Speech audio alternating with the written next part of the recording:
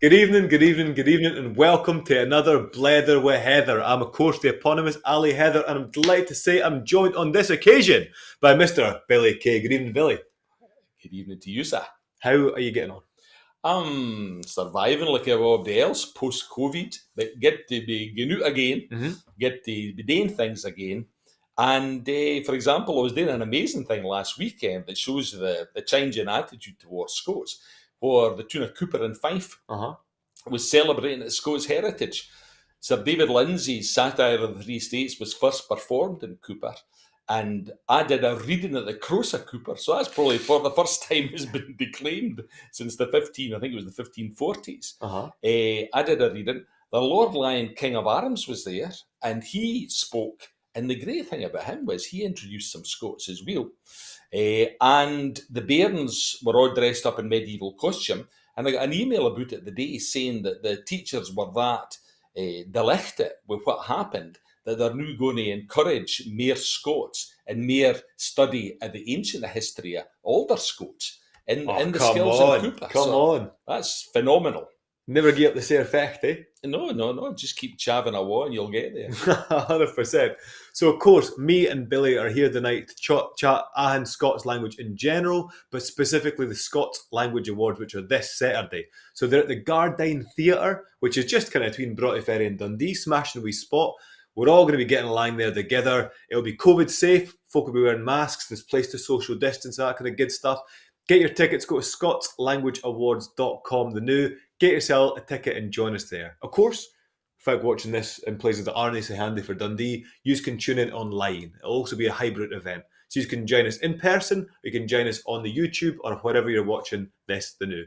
Billy, how are you feeling about the Scots Language Awards? Well, it's been on the go, is it 3 years now?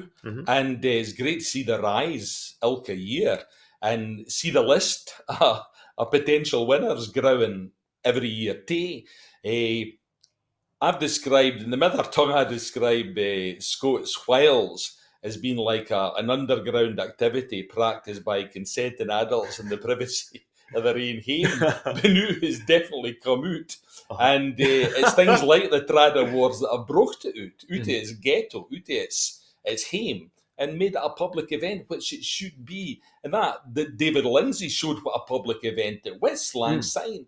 I did the proclamation, which are called the Cooper Bands, which was screeved by Lindsay in the 16th century. And a boy went round about the tune of Cooper, doing this declaration and telling folk when the play would start, what it would be about. There was sad bits and ye bit, but there'd be a lot of good laughs, a lot of good crack. And this was screeved by him back then. And there, I was able to read it centuries later. So it's no deed yet. It's no deed yet, 100%. A lot of that's done to your own work, which we'll chat about in just a minute. I would say, Abdi at home, if you're watching this, you can fire in whatever you're watching this, if that's Twitter, Facebook or YouTube. You can put any questions you have for Billy in there. You can ask anything about all the radio programmes, the telly programmes, the books, any appearances he's done, anything you want to put to Billy Kay, now is your chance, and I'll get them up on the screen. Even just say hello and let us ken where you're watching for. All good fun. So, Billy, one of the things we talked about before we came on air was just the first Scots Language Award 3 year sign. We sort of kent most of the folk on the leads, like most of the nominees. We'd read their work, we'd engage with them, the teachers, we kent for different kind of meetings and all that sort of thing. This year, especially the teachers and that, there's more and more names and faces we didn't ken at all. And arts we didn't ken they're even day in Scots. It's exciting, eh? It's this sense of the language coming out and expanding out of the ghetto, if you like. Lang syne, there was a wheen fechters in the vineyard, if you like. But now there's a lot more. And that's only a good sign, because the more the merrier. And a lot of folk that are learners of Scots coming on too, which is important for only a language.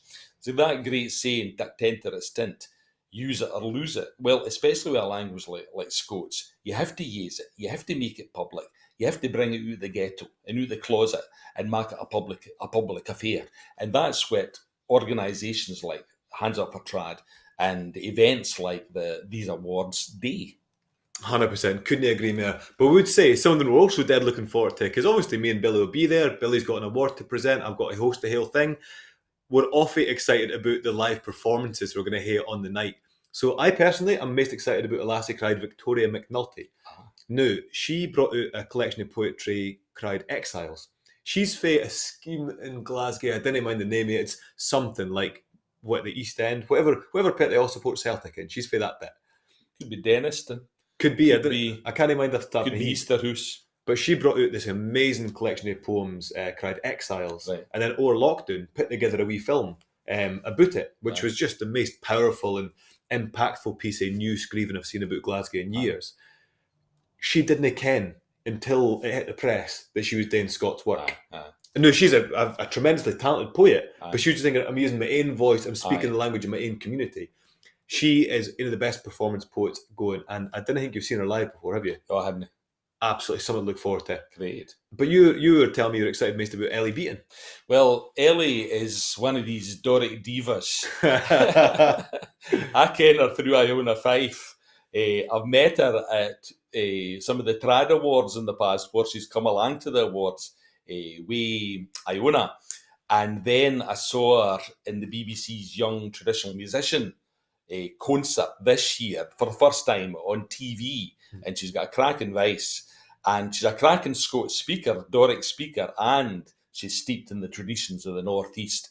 So she's singing on Saturday. And I think that's a thing to stress. There'll be great crack at these awards. It's not just folk standing up and being Ken Speckle and being worthy and being given an award. There'll be good crack.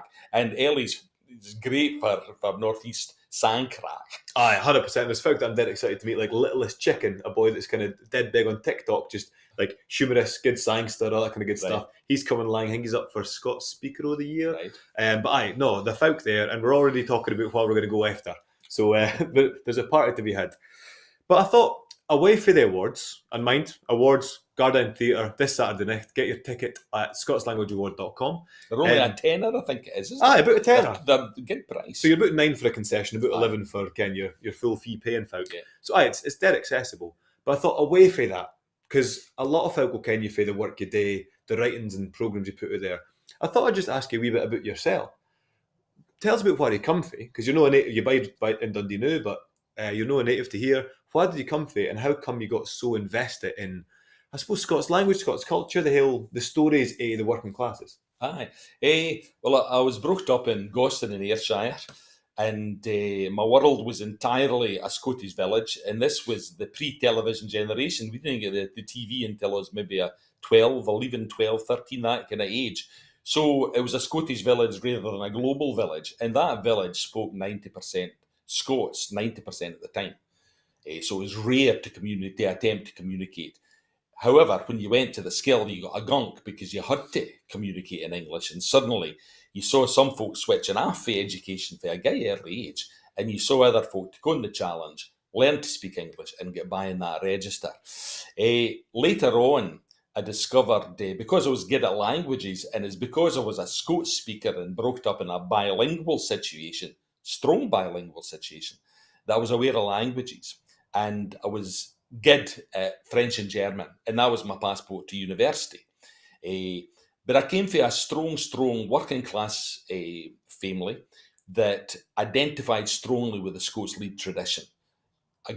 Some great burn singers in the Cais in Goston. My sister was a good burn singer. My father played in the brass band and played tunes like A Man's a Man for All That and New Year's Morning. And at family get-togethers, when folk were asked to do a turn, some folk would do a Burns sang, it was a leaving tradition. Other folk would do a Four Tops sang or a Beatles sang. So Scottish and Scots language culture was paired to popular culture. So when I started getting the negativity about Scots, I thought, I don't accept that. The idea that if you spoke Scots, you were inarticulate. That was a famous thing when I did work with the BBC for the first time. And one of my first reviews, it said, Billy is good at making inarticulate people talk. And I'd only met hugely articulate folk in Scots in the Odyssey programmes, the working class history programmes I made. But the boy who wrote this didn't think I was garin non-verbal folk suddenly fluent when it was the opposite. It was the fact that they were fluent Scots speakers, and I broke out of them. So I get gowed for that. I mean, some amazing incidents where Scots language context. I mind Evelyn Crockett, a herring gutter in Lossiemouth, who came away with a sentence that could have come for the days of the macker. It was, we used to hain a puckle stains to fleg awa the gouse. We used to hain, to keep aside, not to hay, we used to hain a puckle stains, a few stones, to fleg awa, to frighten away the gouse, the seagulls. Now that could have been for 16th century Scots. Other ones was once interviewing an old boy who was born in Seville, in a wee mining community in South Ayrshire. A group of Spaniards come over to Ayrshire to work in the Lugar Iron Works. And I was blathering away to him in Ayrshire Scots. Then he did that thing where I switched on the tape recorder and he felt he had to translate itself. He had to overset himself into standard English. That was what would be expected. And when I mean it into the interview, and I'm thinking, I've lost this boy, do I stop and start again, or what do I do? Fortunately, his wife, who was also born in Seville, but spoke Ayrshire Scots, said, "Hoy you, stop pitting it on, talk Scots like the rest of us," which was fantastic. What an insight to married life. And when he heard that, it jolted him back into who he was, and I got this brilliant interview. And the strength of these Odyssey working class programmes were the fact that they were in Scots. I'm awfully interested in this transition you talk about where when you did start doing all these programmes, you got all this great Scots gear out of folk and you put it out there into the world. And it was obviously popular, but you got loads of kind of pushback about yous and Scots. These days you get invited down to Cooper, there's Scots Language Awards and all that. And I didn't see you getting as much negativity as maybe in the old days. But we still see it online. Especially around lassies like Iona Fife, yes, like Len Penny we mentioned already. Incredible toxicity around Scots. Is that still about Scots, or is that about something else and there's using Scots to beat them, do you think? It's a complicated issue. Maybe because I'm a lot older than they are, and I've been around for years, and even the haters have got used to me and can't come up with a negative to beat me with.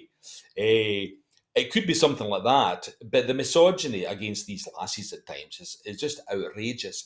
And it might be that it's just men. See, in the past, there used to be a tradition whereby men, and they still do, spoke more Scots than women.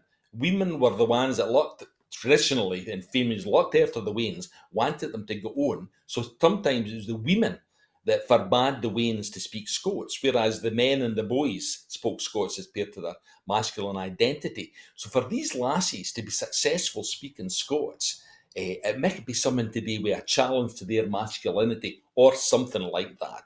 But it's ridiculous. It's ridiculous in this day and age. But the great thing is, they're brilliant at fechting against it.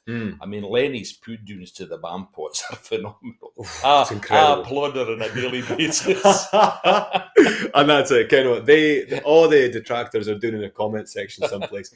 Len Penny's presenting awards, and I think Iona Fife's nominated in just about every category. So you kind of was doing the better out all that. Yeah. No, it's great to see. It's great to see. So one of the things you did that I'm awfully interested in, obviously the awards this year are in Dundee, which is smashing.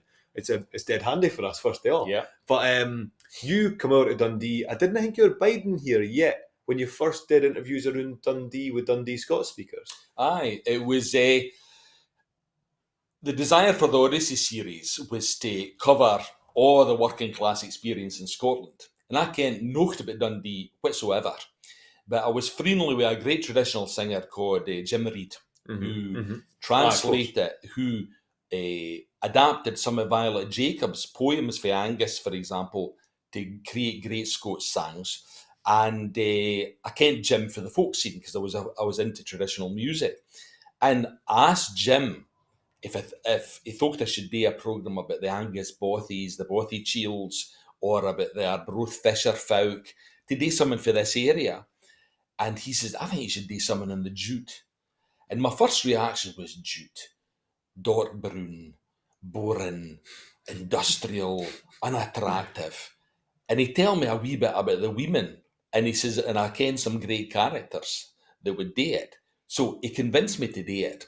And within literally it was a Friday night. My wife was my driver at the time. His one drove me up to Dundee. And we stayed with Jim, and he took me to visit Sarah Craig and Mrs. Coburn. And within literally half an hour, I kind of had gout. These women were amazing.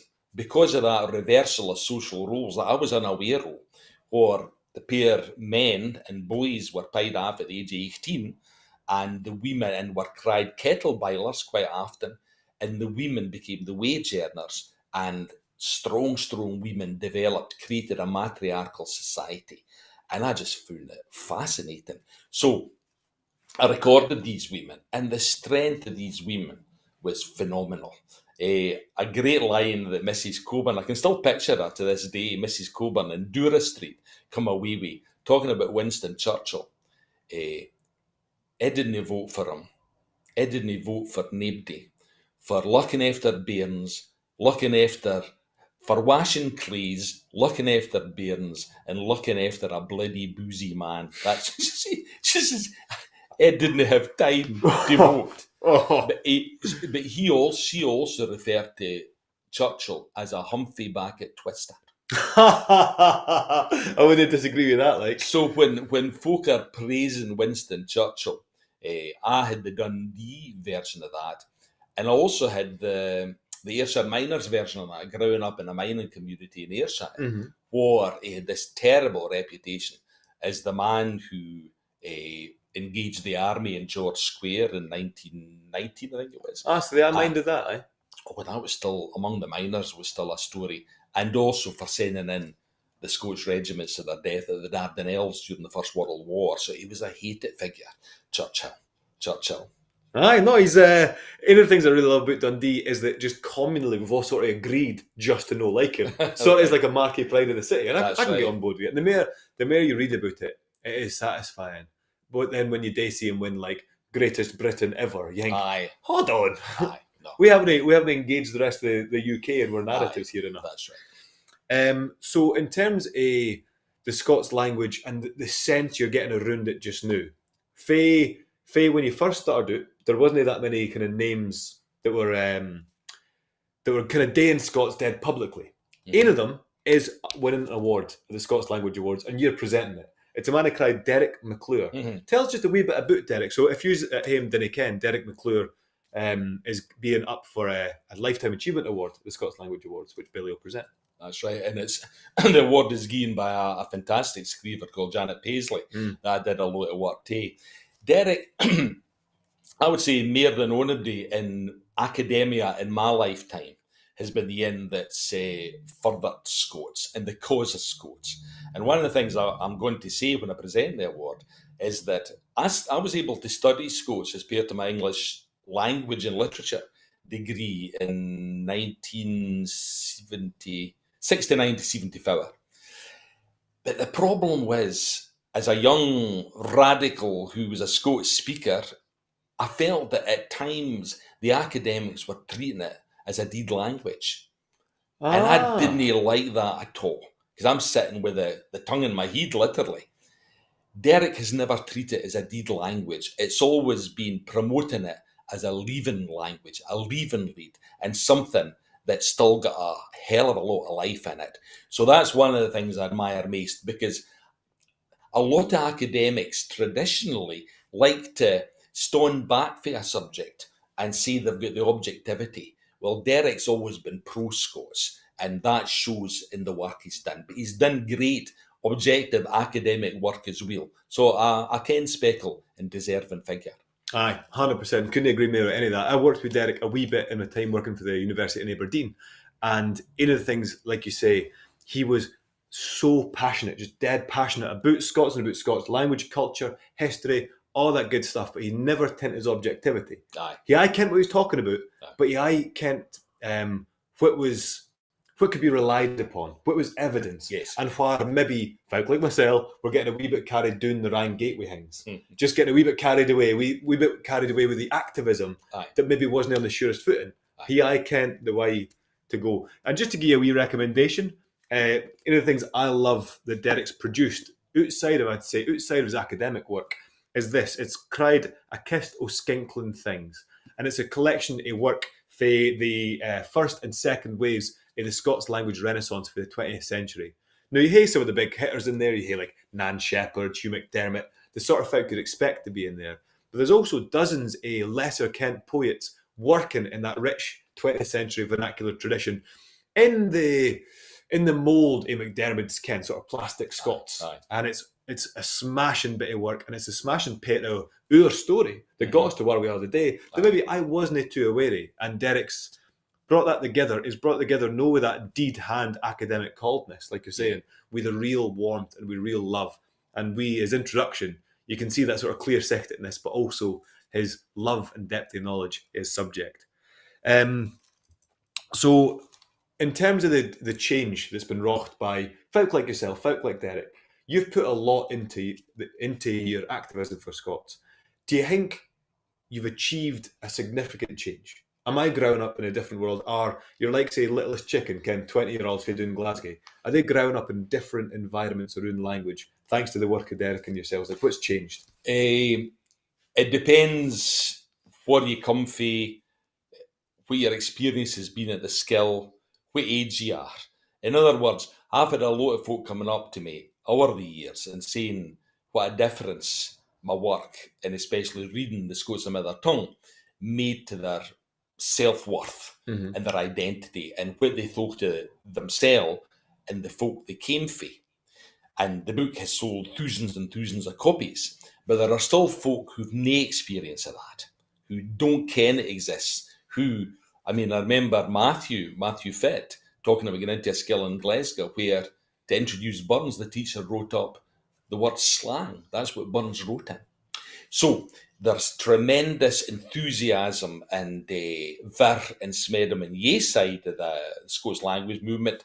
There's negativity, ignorance, and downright hatred among some folk in the working class that are negative about Scots, and in a way, I think, hate themselves, because if they're really negative, a lot of the negativity comes from folk that have been brought up not to feel good about themselves and the culture they come from, and therefore, it's a different world. There's more folk coming out new. There's more things being done new, but there's still a hell of a lot of ignorance about that we still have to dispel.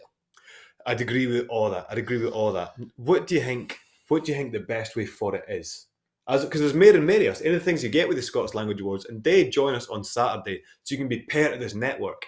Anything we're getting with the Scots Language Awards and kind of different hands up for trad events and things like the Gathering, is it is bringing more and more folk together for different dialect regions. Well, hey, Doric speakers, there's Orcadians coming down. I think we're Shetlanders aren't going to make it down. I think the boats ran out of diesel or whatever. There's Glaswegians, there's Ayrshire folk. You're getting this hail mixter maxter of different dialect groups, different experiences, folk for the media, folk for schools, primary, secondary. How do we best use all that, Ken? Smedham, as you talked about. Well, one thing, for example, one of the writers that's up, I think it's his book, or he's up for an award now, is Graham Armstrong, who wrote a brilliant novel called The Young Team about gang life in North Lanarkshire. And it's written in the vernacular of that part of the country. Now, some of the young folk who are part of that culture, I'm not sure if they would call what they speak Scots, but it's part of that Scots radical tradition. And a lot of them have been influenced by Irvine Welsh. And if you'd been told back when Trainspotting came out that a book written in the Edinburgh street vernacular would become an international bestseller and produce an iconic movie, folk would have thought you were off your head.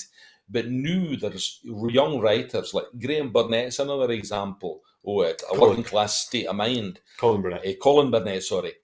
His short stories are excellent and full of great characters, working class characters. A lot of it's set in Leith.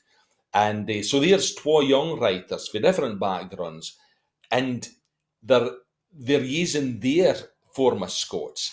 Now, once folk get used to reading that form of Scots, it's easy to stretch them and to introduce older forms and words for different dialects and for different periods. So all that activity is paired to something that's off a get. So Graham and Colin kind of gateway drugs. Aye.